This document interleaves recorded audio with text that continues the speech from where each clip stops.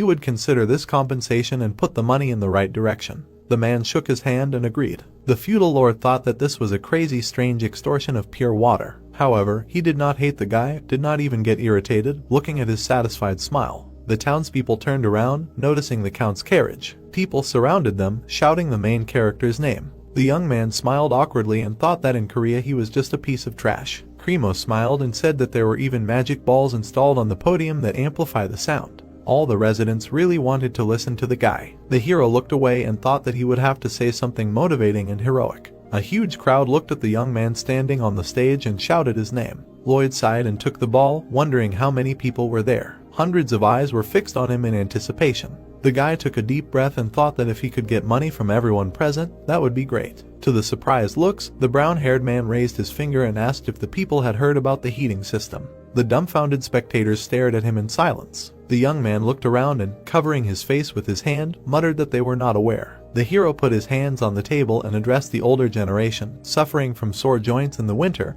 and the parents, worried that their children would get sick. The townspeople listened in bewilderment as the aristocrat asked them how much time they had wasted trying to light a fire. Lloyd frowned and shouted that an hour or two, and if they were already over 50, then they had already wasted 15 years of their lives. The count looked sideways at the young man, who was yelling about the heating system, in shock. The brown-haired man frowned and showed on his hands how much the quality of life of all the townspeople would increase. The guy closed his eyes and added that if they wanted to get more information, then welcome to the Frontier estate. With that, he finished his advertisement and turned around. Cremo turned around and thought that there was a reason why he couldn't hate this young man. He was thorough in financial matters, persistent but reasonable. Besides, the young man did everything he had to. Instead of hating him, the count wanted to make him his subordinate. It would be too unreasonable to keep him in such a wilderness where he came from.